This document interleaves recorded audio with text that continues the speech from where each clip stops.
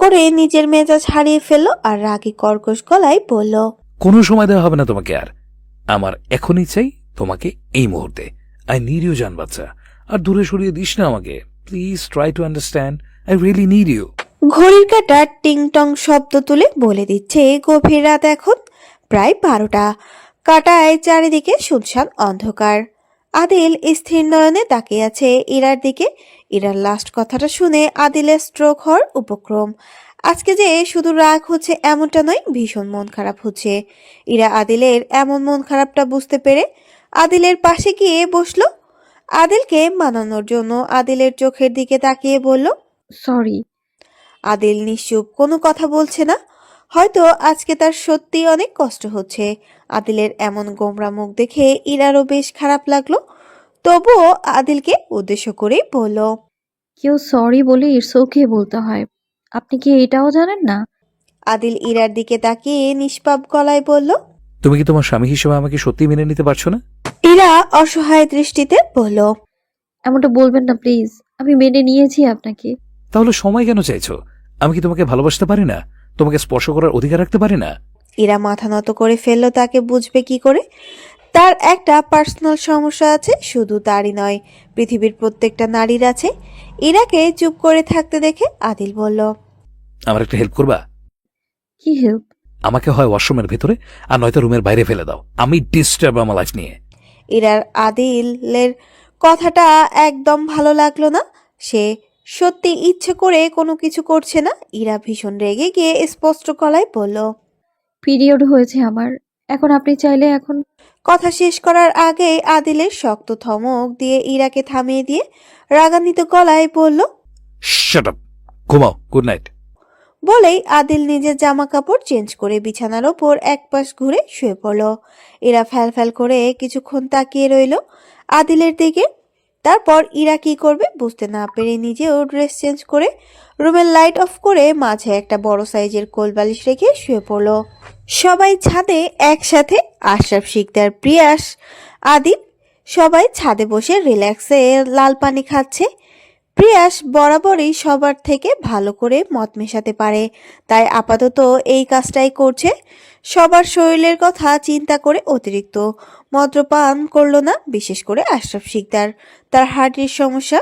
রিফাত ওয়াশরুমে যাবে বলে ছাদ থেকে নেমে রুমের ভেতরে প্রবেশ করলো। রিফাত তাড়াতাড়ি করে ওয়াশরুমে গিয়ে দরজা বন্ধ করে দিল। কলিজুথি এখনো ঘুমোয়নি। প্রায় বেশ অনেক রাত পর্যন্ত তারা এত গল্প আড্ডা দিতে ব্যস্ত ছিল যে ঘড়ির কাঁটা চোখেই পড়েনি। কলির ভীষণ ক্ষুধা লাগছে। সে হালকা খাবার নেয়ার জন্য কিচেনে এসেছে। কলি খেয়াল করেনি রিফাতকে কলির বলা কিছু কথার জন্য। সেদিনের পর থেকে রিফাত আর কলির সাথে কথা বলে না, ইগনোর করে দূরে দূরে থাকে। কলি খাবার নিয়ে ওপরে যাবে, তখনই সোফার দিকে চোখ পড়তেই দেখে রিফাত জগ থেকে গ্লাসে পানি ঢালছে। কলি হাতের প্লেটটা নিয়ে এগিয়ে যায় রিফাতের দিকে। কলিকে দেখে রিফাত চলে যেতে চাইলে কলি রিফাতের হাত ধরে কিছু একটা বলতে চাইলে রিফাত এক ঝটকায় নিজের হাতটা সরিয়ে নেয় কলির থেকে। রিফাতের এমন ব্যবহারে কলির চোখ ভিজে ওঠে নিমেষেই। রিফাত কোনো রকম কলির সাথে কথা না বলে বরং কলিকে উপেক্ষা করে ওপরে ছাদে চলে যায়। কলি বেশ কিছুক্ষণ সেখানেই দাঁড়িয়ে মন খারাপ করে বসে থাকে। কেন করে রিফাত এমন? ভালোবাসা কি কখনো গরিব ধনী থেকে হয়? তাকে কে বোঝাবে এই কথাটা? পরের দিন সকালবেলা হালকা মিষ্টি রোদ এসে আলতো করে ছুঁয়ে দিচ্ছে। রুমের ভেতরের পুরো শুনশান, কোনো আওয়াজ নেই। ইরা ঘুম জড়ানো অল্প ঘুমে আচ্ছন্ন হয়ে বুঝতে পারল তার খুব থেকে খুব কাছে কেউ। নিঃশ্বাসের গরম উষ্ণ আর্দ্র হাওয়া ভেসে আসছে। তার শরীরটাকে নাড়াতে পারছে না, মনে হচ্ছে শক্ত কিছু দিয়ে তাকে আটকে রাখা হয়েছে। ইরা অল্প অল্প করে তাকায়, ঘুমের রেশ এখনো কাটেনি। অল্প চোখ মেলে তাকাতেই দেখে আদিল দু হাতে আঁকড়ে চাপড়ে ধরে শুয়ে আছে তাকে। আদিল আর একটু টেনে ইরার কোমর ধরে নিজের কাছে টেনে আনলো। ইরা ছটফট করে ওঠে, বিরক্তি বোধ করে। তার এত কাছে আসাটা মেনে নিতে পারছে না। ইরা আদিলকে নিজের থেকে ছাড়াতে চাইলে আদিলের এক ধমকে থামিয়ে দিয়ে বলে, কি হচ্ছে এসব? এমন করছিস কেন? ঘুমাতে দে আমায়। ইরা গাল ফুলিয়ে বলল, আমাকে ছেড়ে দিয়ে তারপর ঘুমান। আদিল যেন ইরার কথায় পাত্তাই দিল না, বরং আরেকটু কাছে টেনে নিয়ে বলল। You are my property, so don't disturb me. Ira মুখ গোমরা করেই বলল। স্টুপিড আপনি একটা। আমি কিভাবে আপনার প্রপার্টি হলাম? আমি আপনাকে ডিস্টার্ব করছি না, বরং আপনিই আমায় ডিস্টার্ব করছেন। আপনার পালোয়ানের মতো শক্ত বডি দিয়ে আমায় ধরে রেখেছেন আপনি। ছাড়ুন বলছি, নয়তো চেঁচাবো আমি। আদিল ইরার কথাকে পাত্তা না দিয়ে ইরার উপরে উঠে শুয়ে পড়ল। আদিল দাঁতে দাঁত পিষে বলল। তুমি কার প্রপার্টি, আর আমি কাকে যেন ডিস্টার্ব করছিলাম? এখন বলো, আমি শুনছি। আদিলের এমন কাণ্ডে ইরা বেশ লজ্জা পেয়ে চোখ বন্ধ করে ফেলল। তার সাথে কি হচ্ছে বুঝতে পারছে না। তার রাগ হচ্ছে কিন্তু দেখাতে পারছে না। আদিল আস্তে আস্তে ইরার মুখের কাছে নিজের মুখ ঠেকালে ইরা চিৎকার করে বলল। প্লিজ প্লিজ সরুন, যেতে হবে আমায়। কোথায় যাবেন ম্যাডাম? সবাই আমার জন্য বাইরে অপেক্ষা করছে। কেউ আপনার জন্য অপেক্ষা করছে না ম্যাডাম। আগে শিখে যান স্বামীকে কিভাবে ভালোবাসতে হয়। আপনি আমাকে ছাড়ুন, আমি ইউটিউব দেখে শিখে নিব। এটা রান্না করার রেসিপি না ইডিয়েট, যে সবকিছু ইউটিউবে পাওয়া যাবে বা ইউটিউব থেকে শিখে নেবে।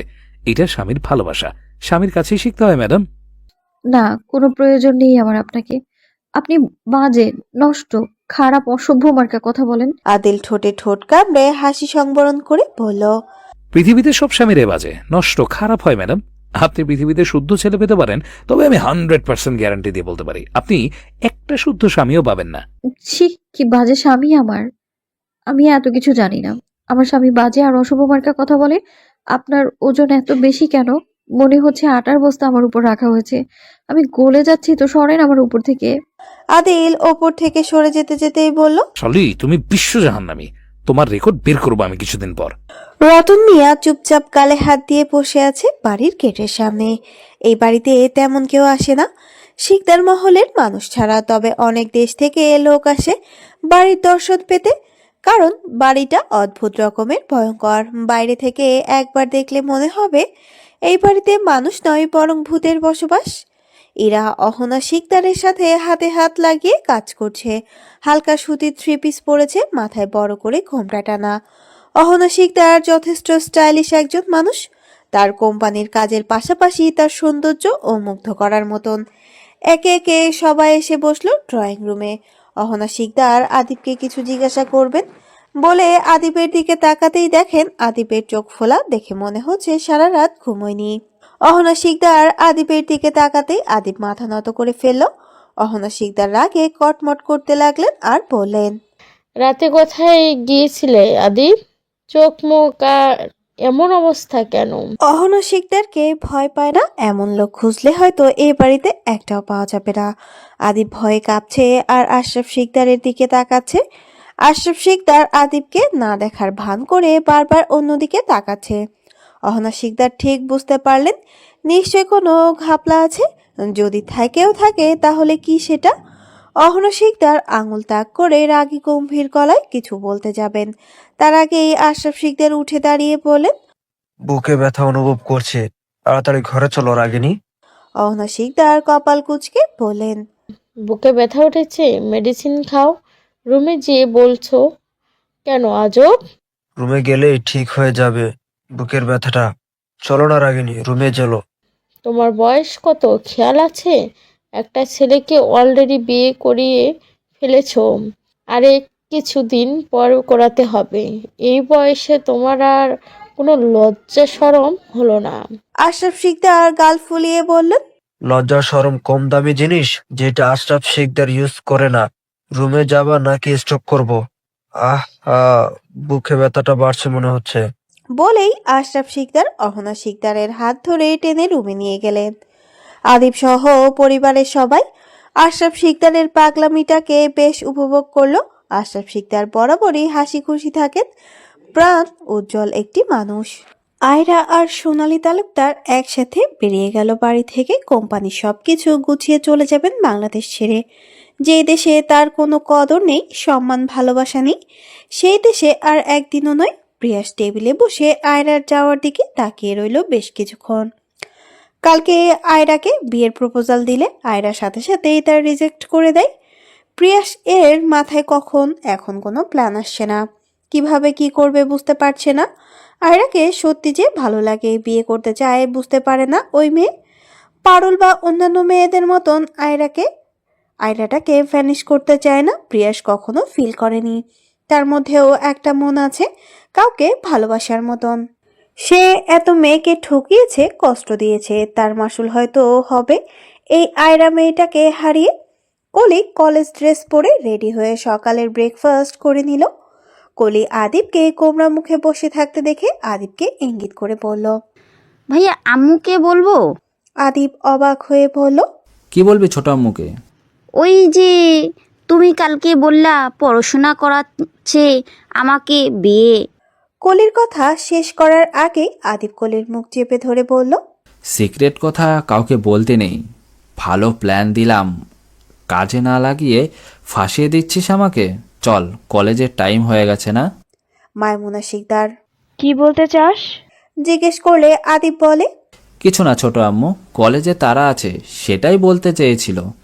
আমি নামিয়ে দিয়ে আসছি কলিকে। সকালে সবাই খাবার খাওয়া শেষ করে নিল। ঈশানার জুথি চলে যাবে বাসায়। রিফাত অলরেডি চলে গেছে বাসায়। রিফাত ফ্রেশ হয়ে সোজা কোম্পানির অফিসে চলে যাবে। আশরাফ শিকদারের নির্বাচনের কাজে যাওয়ার কথা ছিল কালকে রাতে, ছোটখাটো একটা প্রোগ্রাম করা হয়েছিল বলে যেতে পারেনি। তবে আজকে কোনোভাবেই হাতছাড়া করা যাবে না, যেতেই হবে। সাথে করে নিয়ে যাবে আদিব, প্রিয়াস আর আদিলকে। ইরা সবার খাওয়া শেষ করে আদিলের খাবারটা রুমে নিয়ে গেল। আদিল সকাল সকাল ভারী নাস্তা করে না, হালকা নাস্তা করে। ইরা খাবার নিয়ে গিয়ে টি টেবিলের উপর খাবারটা রেখে আদিলকে ডাকলো। এই যে শুনছেন, আপনাকে আব্বু তাড়াতাড়ি উঠতে বলেছেন। আদিলের কোনো সারা শব্দ নেই, মনে হয় আবারও ঘুমিয়ে গেছে। তাই ইরা বিছানার ঠিক আদিলের পাশে বসে আদিলকে ডাকলো। এই শুনছেন আপনি? আদিল ঘুম জড়ানো কণ্ঠে অল্প আওয়াজ তুলে বলল। হুম। ইরা বুঝতে পারলো আদিল কিছুটা হলেও সজাগ আছে। তাই ইরা আদিলের ওপর থেকে কমফোর্টার টেনে নিচে ফেলে দিল আর উঠে রুমের এসিটা অন করে দিল। ঠিক 5 মিনিট পর আদিল শীতে কাঁপাকাঁপি শুরু করতে লাগলো। তাও বিছানা থেকে উঠল না, বরং পিটপিট করে তাকিয়ে রইল ইরার দিকে। আর ইরাকে উদ্দেশ্য করে ঘুম ঝরানো কণ্ঠে বলল, সকালটা এত মিষ্টি হতে পারে তোমাকে না দেখলে বুঝতে পারতাম না। আমার প্রতিটা সকাল এমন মিষ্টিময় হোক বউ। ইরা হাসলো, ভীষণ হাসলো। আদিলের কথা শুনে কি আশ্চর্য! এখন এই বাজে লোকের কথা শুনলে ও রাগ হয় না, বরং অনেকটাই ভালো লাগে। ভালোবাসা মিষ্টি বাতাসের মতন হাতছানি দিচ্ছে। ইরার ভাবনার মাঝেই আদিল উঠে ইরাকে পেছন থেকে শক্ত করে জড়িয়ে ধরলো আর কানের কাছে গিয়ে ফিসফিস করে বলল, তোমার রূপের আগুনে আমি ঝলসে যাচ্ছি বউ। ইরা বাঁকা হেসেই বলল, তাহলে আপনার জন্য ফ্রিজে ঠান্ডা বরফ নিয়ে আসি। আদিল অবাক হয়ে তাকালো ইরার দিকে আর রাগে কটমটিয়ে বলল। বউ আনরোমান্টিক হলে যা হয় আর কি। ইরা আদিলকে কিছুটা রাগানোর জন্য বলল। আচ্ছা, আনরোমান্টিকের মানে কি? আদিল সত্যিই রেগে গেল ভীষণ আর বলল। শালি, তোর ইন্টারে কে উঠেছে? ইরা রেগে গিয়ে বসলো আর অভিমান নিয়ে বলল, একদম আমার পড়াশোনা নিয়ে কথা বলবেন না। আপনি হয়তো জানেন না আমি যথেষ্ট মেধাবী একজন স্টুডেন্ট। আদিল ভিড় করে বলল। হালকা করে তার প্রমাণ পেয়ে গেলাম। ইরা রেগে গিয়ে বলল, কি বললেন? কিছু না। ইরা বেশ বিরক্ত ফিল করছে, তাই রেগে গিয়ে আদিলকে উদ্দেশ্য করে বলল। আমাকে এইভাবে ধরে রেখেছেন কেন? আদিল আরেকটু শক্ত করে জড়িয়ে ধরে বলল। আমার বউ আমি ধরবো না তো কে ধরবে তাহলে বউকে? কলির কলেজের সামনে আদিব গাড়িতে চুপ করে বসে আশপাশ দেখছে। তার চোখ খুঁজছে কলির বেস্টু মানে রিমঝিমকে। কালকে এতবার বলার পরেও কেন আসলো না? এই মেয়ের জন্য পরিবারের কাছে কতগুলো মিথ্যা কথা বলেছে, সেটা কি ওই মেয়ে জানে? তার ছোট্ট মনটাকে নিমেষে ভেঙে দিল। আজকে শুধু একবার দেখা হোক, ওই মেয়ের খবর আছে। কলির গাড়ির বাইরে থেকে আদিব ডাকছে, তাই আদিব গাড়ি থেকে বের হয়ে গেল। আদিব গাড়ি থেকে বের হওয়ার সাথে সাথে কলির বাইনা। ভাইয়া কি হয়েছে? ছাগলের মতো ভ্যাঁ ভ্যাঁ করছিস কেন? ফুচকা খাবো। আদিব রাগে কটমট করে উঠল আর বলল। বাইরে আন, হেলদি খাবার খেলে তখন শরীর খারাপ করব। ছোট আম্মু অনেক বকা দিবে, কোনো প্রয়োজন নাই, যা ক্লাসে যা। আদিবের কথা শুনে কলি মুখটা বাঁকিয়ে সামনের দিকে হাঁটা শুরু করলো আর আদিবকে বলল। ভাইয়া আমাকে কিন্তু রিমঝিম যেতে বলেছে ফুচকা খাওয়াবে বলে। আজকে ওর জন্মদিন তাই। আদিব যেন বোকা বনে গেল। এখন কি করবে ঠিক না পেয়ে ছুটল কোলের পিছু পিছু শিকদার মহলে। আশরাফ শিকদার বেশ কিছুক্ষণ যাবৎ বসে বসে অপেক্ষা করছেন আদিলের জন্য। আজকে কোনো এক্সকিউজ চলবে না বলে আদিলকে সাথে নিয়ে যাবে। আশরাফ শিকদার বেশ বিরক্ত ফিল করছেন, তাই কিছুটা গলা উঁচিয়ে ডাকলেন আদিলকে। তার ডাকের আগেই আদিল এসে হাজির। আশরাফ শিকদার কপাল কুঁচকে ফেলল আর বললেন, মেয়েদের মতো মেকআপ করা শুরু করেছো নাকি যে এত বেশি সময় লাগে? আদিল রেগে গম্ভীর গলায় ছেড়ে বলল, আমি অরিজিনাল সুন্দর, আমার ওইসব মেকআপের প্রয়োজন পড়ে না ড্যাড। তাছাড়া তুমি হয়তো ভুলে গেছো আমি বিবাহিত, নতুন বউ আছে আমার ঘরে, তাই যখন তখন ডাকলেই তো চলে আসা যায় না। তাই নাকি মাই সান? নেক্সট টাইম থেকে তোমাকে আর ডাকবো না। সোজা ঘরে গিয়ে তোমার কান টেনে ধরে নিয়ে আসবো। তখন আমিও দেখবো তোমার ঘরের নতুন বউটা আমার কি করে। ড্যাড, একদম এরকম বাজে কাজ করবে না। আমার একটা সম্মান আছে, তাছাড়া আমাদের প্রাইভেসি বলেও একটা ব্যাপার স্যাপার আছে। আমি কি তোমার আর তোমার বউয়ের পার্সোনাল মোমেন্টে গিয়ে ডিস্টার্ব করি? বেহা ছেলে বাবা হয় তোমার, আমার বউ তোমার মম হয়। তাতে কি, তোমার তো বউ হয়। বেহায়া ছেলে আমার সম্মানটা বরবাদ করে দিল। তুমিই না বলো ড্যাড, তোমার সম্মান নাকি ভুড়ি ভুড়ি। তাহলে এত আগে শেষ হলো কিভাবে? চিন্তার বিষয়, চুরি হয়ে গেছে মনে হয়। আমার সাথে ফাজলামি করো বেহায়া ছেলে। আজকে তোমাকে যদি নাকের জলে চোখের জলে না করেছি তবে তুমি আমার নামটা পাল্টে দিও। আচ্ছা মিস্টার, আপনার নামটা যেন কি? আশরাফ শিকদার আর পেরে উঠলেন না ছেলের সাথে। কিভাবে পেরে উঠবে? বাপ যদি থাকে ডালে ডালে, তো ছেলে থাকে পাতায় পাতায়।